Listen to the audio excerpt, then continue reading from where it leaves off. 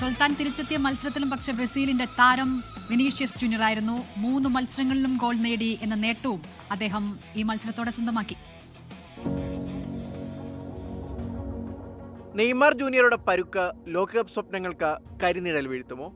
ലോകകപ്പിന് മുമ്പ് ബ്രസീൽ ക്യാമ്പിൽ നിന്ന് ഉയർന്നു കേട്ടത് ആശങ്കകൾ മാത്രം. എന്നാൽ കാനറികളുടെ ലോകകപ്പ് സ്വപ്നങ്ങളെ തോളിലേറ്റി അവൻ മുന്നോട്ട് നടക്കുകയാണ്. Vinicius junior Oliveira.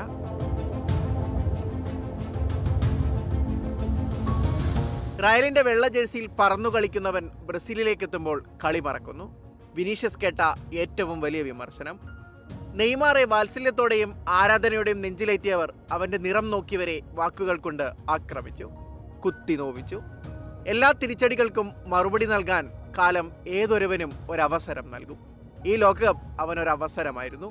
3 മത്സരം കൊണ്ട് വിമർശകരുടെ വായടപ്പിച്ചു വിനീഷ്യസ്. ഇപ്പോൾ ആരാധകർ ഉറക്കെ വിളിച്ചു പറയുന്നു, നെയ്മർ ഇല്ലെങ്കിൽ ഞങ്ങൾക്ക് വിനിയുണ്ട്, ഞങ്ങളുടെ രക്ഷകൻ.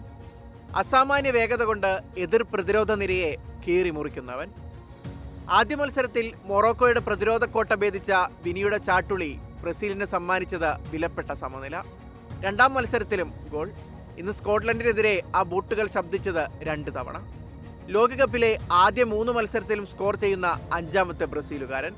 നെയ്മാറിന്റെ പകരക്കാരനല്ല, ലോകകപ്പിലെ ബ്രസീലിന്റെ പ്രതീക്ഷയാണ് വിനീഷ്യസ്. റയലിൽ ആഞ്ചലോട്ടിയുടെ ബ്രഹ്മാസ്ത്രമായിരുന്നവൻ മഞ്ഞ ജേഴ്സിയിൽ അതേ പരിശീലകന് കീഴിൽ അത് ആവർത്തിക്കുന്നു. World cup desk 24.